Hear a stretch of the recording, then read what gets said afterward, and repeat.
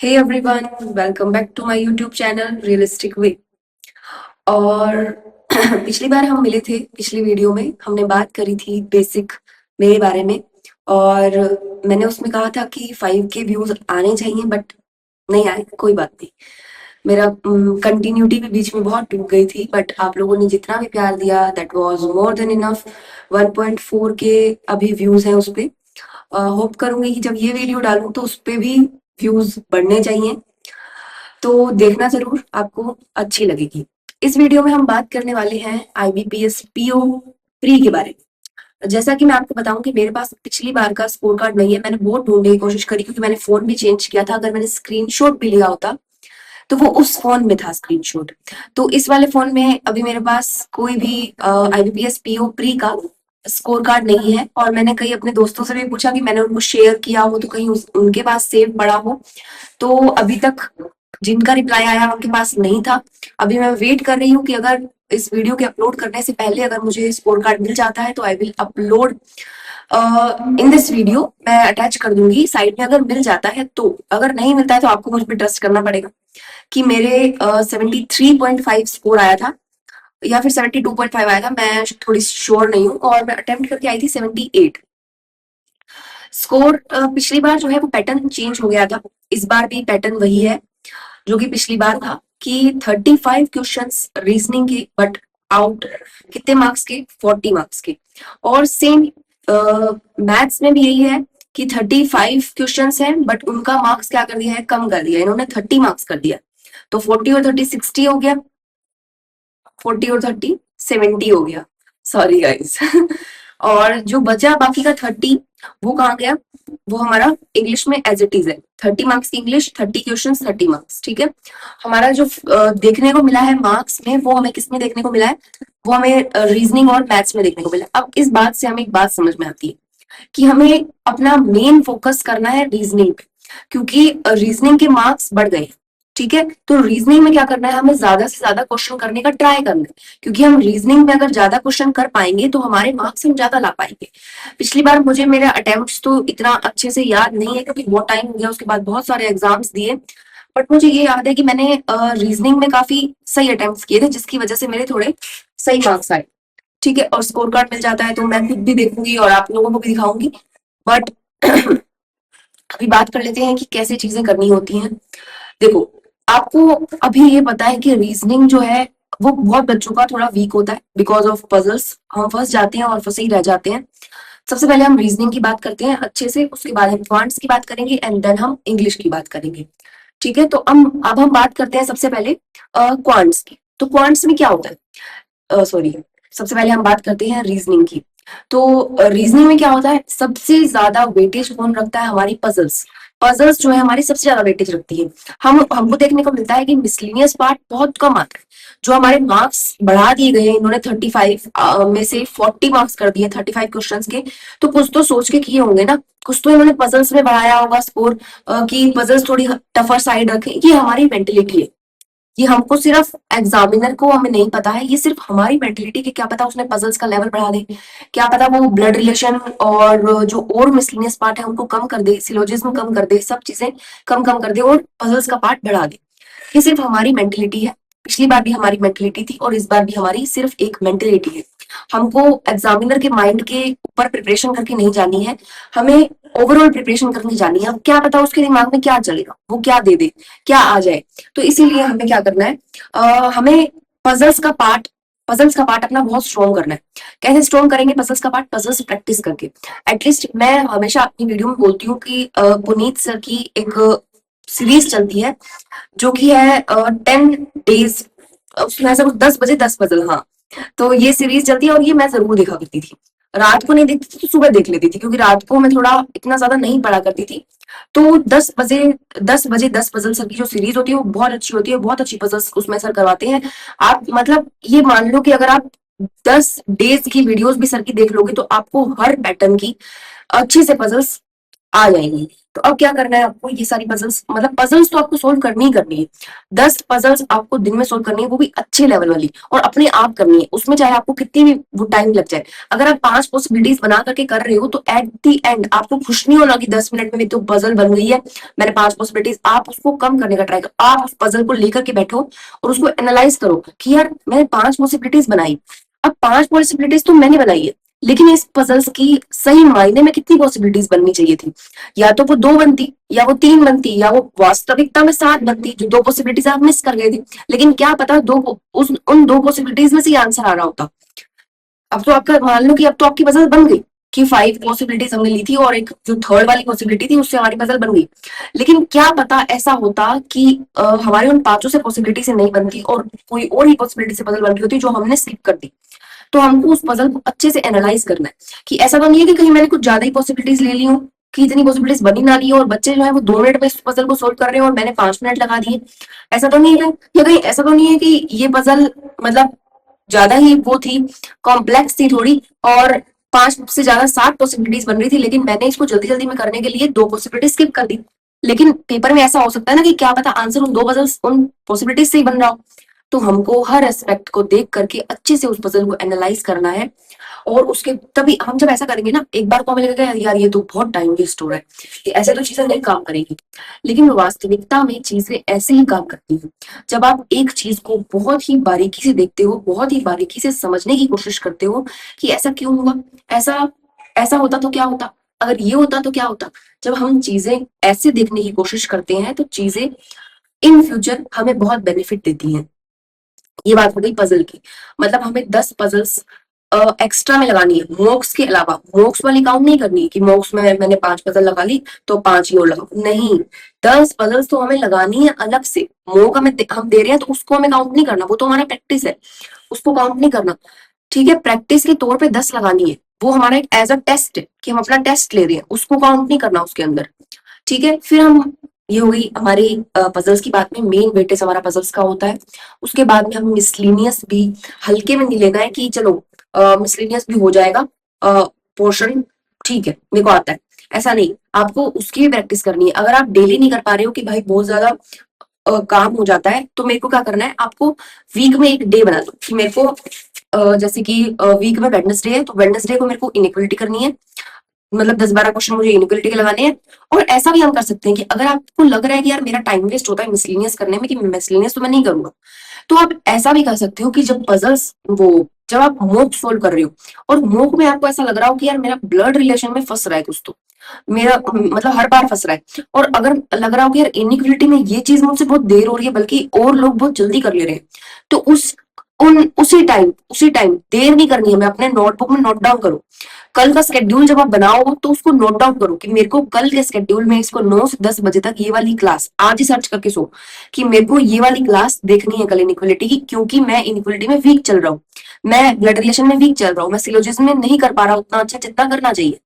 तो हमको वो चीज आज ही अगले के स्केड्यूल में, अगले दिन के स्केड्यूल में डालेगी। अब जैसे बहुत सारे बच्चे मुझको ऐसा पूछते हैं कि आप अपना स्केड्यूल कैसे डिसाइड करते थे, तो मैं मेरा स्केड्यूल बनाती थी, कुछ चीजें हो पाती हैं, कुछ चीजें नहीं हो पाती। अब अगले दिन मेरा ऐसा नहीं होता था कि आज मेरे को जीआई शुरू में करनी है यही कर, मेरा एक फिक्स शेड्यूल नहीं था।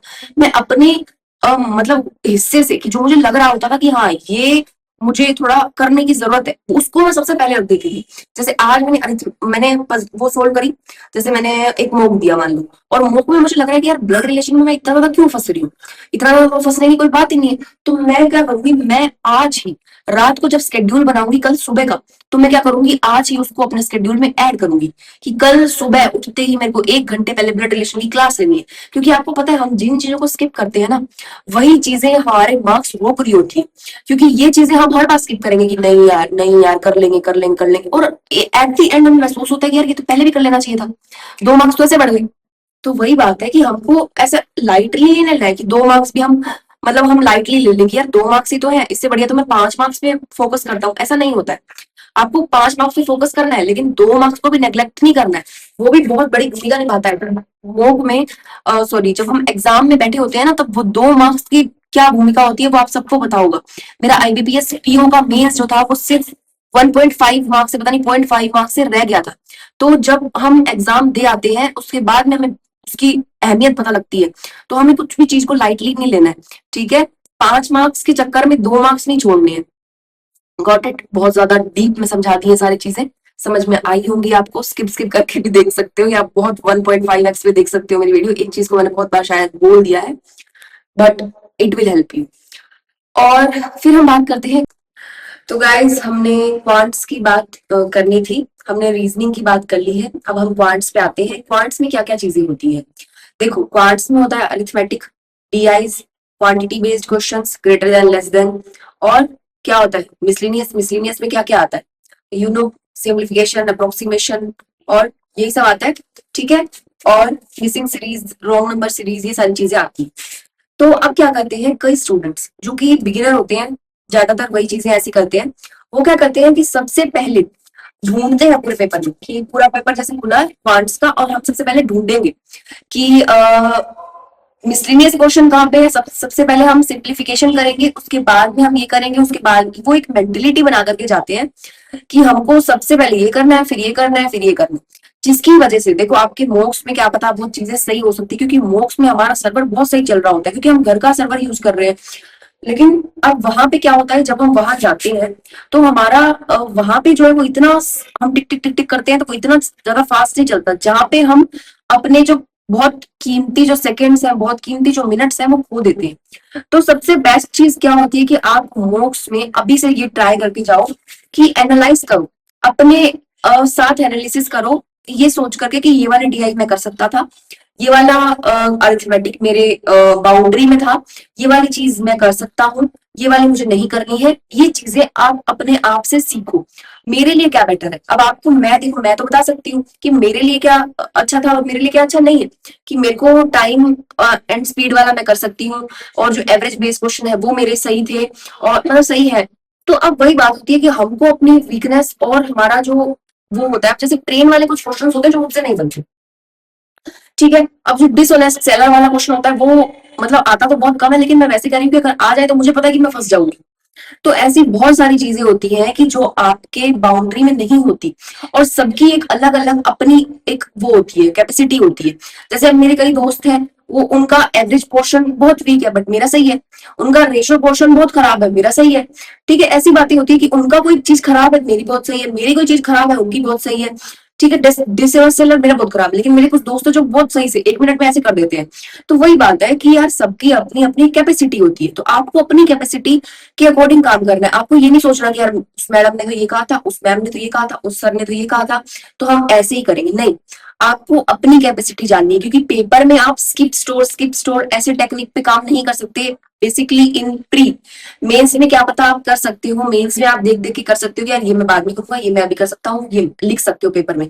बट प्री में इतना टाइम नहीं होता कि आप ये टेक्निक प्री में यूज करो। तो प्री में आपको क्या करना है, जैसे आपके साथ, जैसे अब देखो, पहले अब एक बार मैं पेपर की बात कर लेती हूँ, फिर मैं आपको होल सिनेरियो की बात बताऊंगी। देखो, सबसे पहले क्या करना है आपको, आपके पास पेपर खुला, क्वार्ट्स पेपर खुला, और क्वार्ट्स के पेपर में आपके पास सबसे पहले डीआई आ गई। अब आपने डीआई देखी, और वो डीआई जो थी वो पाई चार्ट वाली डीआई थी। अब आप सोच रहे हो यार, पाई चार्ट वाली डीआई मैंने बनाई तो है, लेकिन मेरा थोड़ा इतना मतलब बहुत बढ़िया मैं हूं नहीं उसमें, तो आप छोड़ो, आपको ट्राई नहीं करना। वहां पे हम ट्राई एंड वो नहीं करने, टेस्ट इट करने नहीं गए कि हम ट्राई करेंगे, फिर हम देखेंगे, फिर हम टाइम वेस्ट करेंगे, फिर हम आगे बढ़, ऐसा नहीं। आपको लग रहा है यार मेरा इतना अच्छा नहीं है ये, तो आगे बढ़ जाओ। अब आपको लग रहा है कि केसलेट आई है, जो कि केसलेट तो मेरी बहुत बढ़िया है, मैं जब भी बनाता हूँ तब भी बन जाती है, तो केसलेट आप बना सकते हो। लेकिन कुछ लोगों की केसलेट बहुत बुरी होती है, केसलेट नहीं बनती उनसे, कुछ भी कर ले वो नहीं बनती उनसे। लेकिन कई लोगों की लैंग्वेज पढ़ने की क्षमता उतनी अच्छी होती है कि वो कर लेते हैं। तो आपका क्या पोर्शन अच्छा है, आपको वो करते जाना है, और जो नहीं अच्छा उसको तुरंत छोड़ते जाना है। अगर बाद में टाइम बचेगा तो बाद में करना, मतलब हमें लगेगा कि हाँ उतने क्वेश्चन मैंने करने थे, उतने मेरे हो गए, अब मैं ट्राई कर सकता हूँ, मेरे पास टाइम है, तो आप करो। लेकिन स्टार्टिंग में नहीं कर सकते हम, ठीक है। तो अब हम, ये हो गया हमारा। लेकिन अब देखते हैं क्वांट्स की प्रिपरेशन करनी कैसे है। क्वांट्स में देखो, सबसे पहले हम क्या करते हैं, डीआईज तो हमें सारी करनी है, केसलेट हो गई, पाई चार्ट हो गई, चार्ट वाली हो गई, टेबल हो गई, सब करनी है हमें, टोटल कुछ भी नहीं छोड़ना। और केसलेट की भी प्रिपरेशन करनी है। बहुत सारे बच्चे ऐसे होते हैं जो केसलेट छोड़ के चले जाते हैं कि नहीं करनी। कई बार ऐसा होता है पेपर में केसलेट ही उसने बिल्कुल हलवा दे दी, और बाकी सब कुछ दे दिया ऐसा, मतलब बाकी डीआईज हार्ड दे दी, तो क्या करोगी उस टाइम? तो केसलेट भी छोड़नी नहीं है, हमें करके जानी है। उसकी प्रिपरेशन करो आप। अगर आपको लग रहा है कि हार्ड है तो दिन में एक करो, ठीक है, हफ्ते में अगर आपको लग रहा है कि हफ्ते में मैं एक दिन निकाल पा रहा हूँ, तो उस एक दिन सिर्फ केस स्लैट को डेडिकेट कर दो कि अब इस दिन तो मैं यही करूंगा। तो आप ये कर सकते हो कि आपको मिसलेनियस पोर्शन में सारे अच्छे होते हैं, missing series, wrong number series.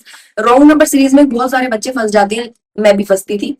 तो आप ये कर सकते हो कि अगर मिसिंग नंबर सीरीज आई है तो आप फ्लो में करते जाओ। अगर आपको लग रहा है कि हाँ मिसिंग नंबर तो मैं कर ही लूंगा, क्योंकि मिसिंग नंबर भी आपको बहुत ज्यादा प्रिपरेशन, जैसे मैं हमेशा, मेरा प्री का पेपर होता था तो मैं उससे एक दिन या तीन, 2 दिन, तीन दिन पहले कौशिक मोहंती सर की एक सीरीज आती है, या फिर हर्षल सर की, जो भी वो डालते हैं प्री के पेपर के लिए कि 120 मिसिंग सीरीज और बहुत सारे ऐसे डालते हैं, तो वो मैं देख के जाती थी। क्योंकि उसमें क्या होता है, आपका रिवीजन हो जाता है सारी, जो नोट्स में हम नहीं कर पाते, जो हम पीडीएफ से नहीं कर पाते, तो उससे क्या होता है, आपका एक फ्लो भी बन जाता है। उनके साथ करो, क्योंकि अब आप पेपर देने जा रहे हो, उनके साथ करो। मतलब वो जिस समय देते हैं ना, वो 20 मिनट का समय दिया आपको उसके बाद में, तो उस समय में करो। नहीं हो रही तो आप देखो कि यार ये वाला पैटर्न तो मैंने पढ़ा नहीं था कभी, तो उसको नोट डाउन करो और उसको याद करो। उसको बोलो कि हाँ यार ये तो 2 4 6 ये वाला पैटर्न, मतलब ये मैं इजी बता रही हूँ बट वैसे बता रही हूँ कि ऐसा हो सकता है, स्क्वेयर प्लस वन हो सकता है, क्यूब माइनस स्क्वेयर हो सकता है, कुछ भी हो सकता है। तो उसको आपको पैटर्न को रिवाइज करना है कि हाँ ये चीज है, ये चीज है, ये चीज है। ठीक है, ये करके जानी है चीजें, और आपके लिए बेनिफिशियल होती हैं ये। मैं तभी बता रही हूँ, इतना टाइम मैं ऐसे ही नहीं ले रही हूँ, आपका वेस्ट नहीं होगा इससे टाइम। आप 2x पे भी देख सकते हो ये वीडियो, 1.5x पे भी देख सकते हो। मुझे पता है कि कितना कीमती समय होता है जब हम एक ऐसी वीडियो को समय देते हैं जो कि पढ़ाई से थोड़ा हट करके है, हमारी थोड़ा जर्नी को डेडिकेट कर डिसाइड करती है। तो मेरे को पता है कि वो समय थोड़ा हमको ऐसा लगता है, बट आप जिस भी समय देख सकते हो, सोने जाते हो, सोने जा रहे हो, उस समय पहले देख सकते हो कि चलो देख लेते हैं क्या बता रही है मैडम, तो सुन सकते हो। ठीक है, तो अभी मेरे पास एक मैसेज आया है, मेरे फ्रेंड ने मुझे भेजा है स्कोर कार्ड मेरा, तो आपको बताऊंगी मैं, शेयर कर दूंगी मैं। तो अब हम बात, क्वांट्स की बात हो गई। अरिथमेटिक में आपको क्वेश्चंस करने हैं। अरिथमेटिक भी हमें लाइट नहीं लेनी है कि ये वाली हम छोड़ देते हैं, ये छोड़ देते हैं। आप ऐसा कर सकते हो कि मतलब आप वो करके चलो कि रेशो वाला कर लिया, एवरेज कर लिया, टाइम एंड स्पीड कर लिया, ये वाला छोड़ दिया, ये वाला पोर्शन मेरे को थोड़ा ऐसा लग रहा है तो ये छोड़ दिया, ऐसा कर सकते हो। लेकिन जिस चीज का पोर्शन ज्यादा है, आप लास्ट ईयर के पेपर्स एनालाइज कर सकते हो और देख सकते हो कि इस चीज का पोर्शन, मतलब ये तो हमेशा ही आ रहा है, जैसे टाइम स्पीड डिस्टेंस हमेशा आता है।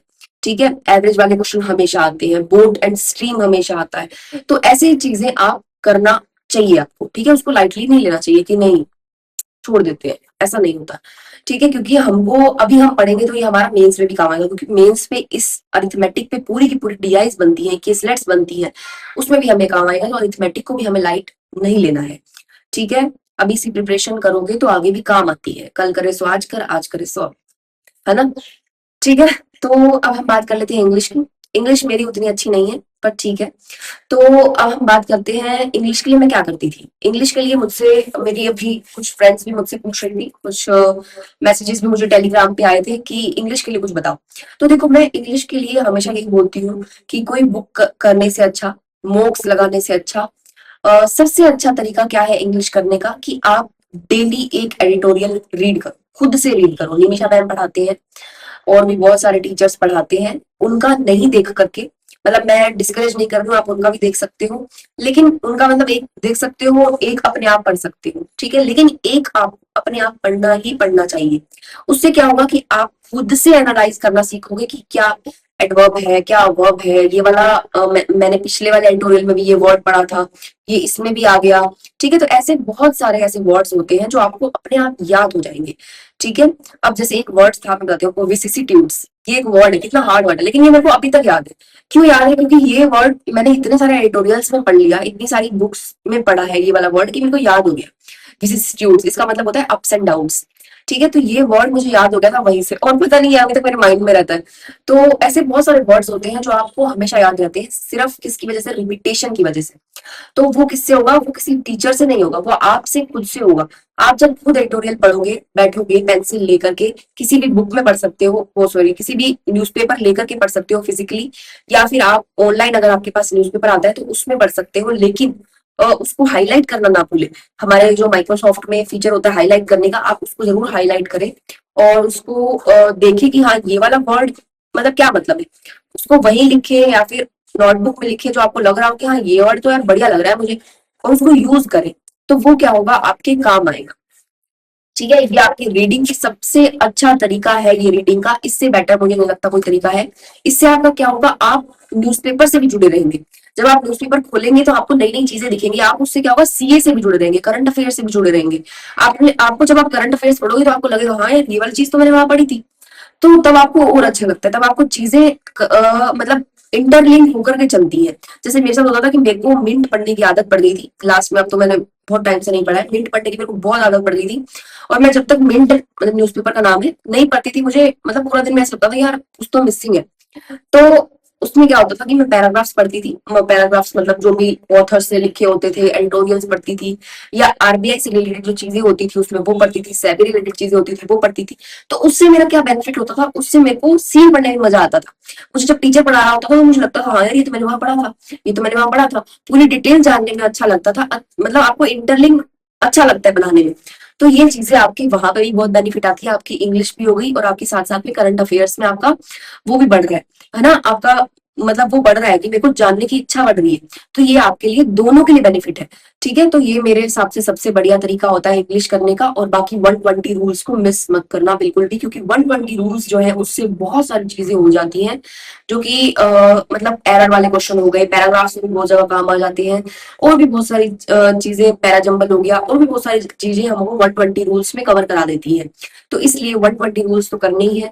रीडिंग हमें डेली करनी है, डेली मतलब डेली, सुबह करो शाम को करो कभी भी करो, लेकिन ऐसा नहीं करना कि हफ्ते में एक बार आप लेके बैठे हैं और चलो आज रीडिंग करेंगे बाकी दिन तो हम नहीं करते, ऐसा नहीं। डेली रीडिंग करनी है। और अगर आपको लग रहा हो कि मेरे को और भी किसी तरीके से बेनिफिट लग रहा है तो आप वो भी कर सकते हो। जैसे मॉक्स में हम पैराग्राफ्स के क्वेश्चन लगाते हैं तो हमें लगता है हाँ ये हमको बेनिफिट दे रहा है, या मॉक्स में हम एरर वाले क्वेश्चन करते हैं तो हमको लगता है हाँ ये हमें बेनिफिट दे रहा है, तो हम कर सकते हैं।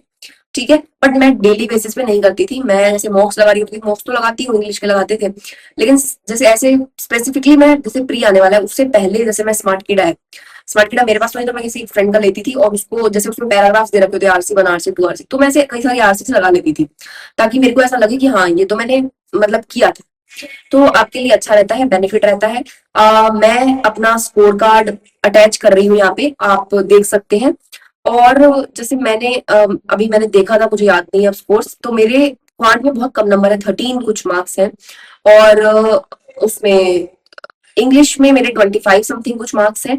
और रीजनिंग ने मुझे बचा लिया था, 35 उसमें मेरे मार्क्स है। मैंने अभी आपको इसीलिए बोला कि रीजनिंग आपकी मतलब एक सब्जेक्ट आपका ऐसा स्ट्रोंग होना बहुत इंपॉर्टेंट है, जो कि आपको बचा सके, आपको आगे ला सके, तो आप चीजें कर सकते हैं। All the very best. अगर आपको मेरी ये वीडियो अच्छी लगी हो तो आप मेरी और भी बहुत सारी वीडियोस देख सकते हैं। और अभी आपने देखा होगा कि 872 सब्सक्राइबर्स हैं जिनकी वीडियो मैं बना रही हूँ उस समय। आपकी मदद से मैंने इतना मतलब प्यार पा करके ये सारे सब्सक्राइबर्स पाए हैं। तो अभी 1000 से हम बहुत करीब है, और मैं चाहूंगी कि बहुत जल्दी आप लोग 1000 भी करा दें, तो इट विल बी वेरी मतलब बहुत अच्छा महसूस होगा मुझे। तो thank you very much guys, bye bye, मिलते हैं नेक्स्ट वीडियो में बहुत जल्दी। Bye bye.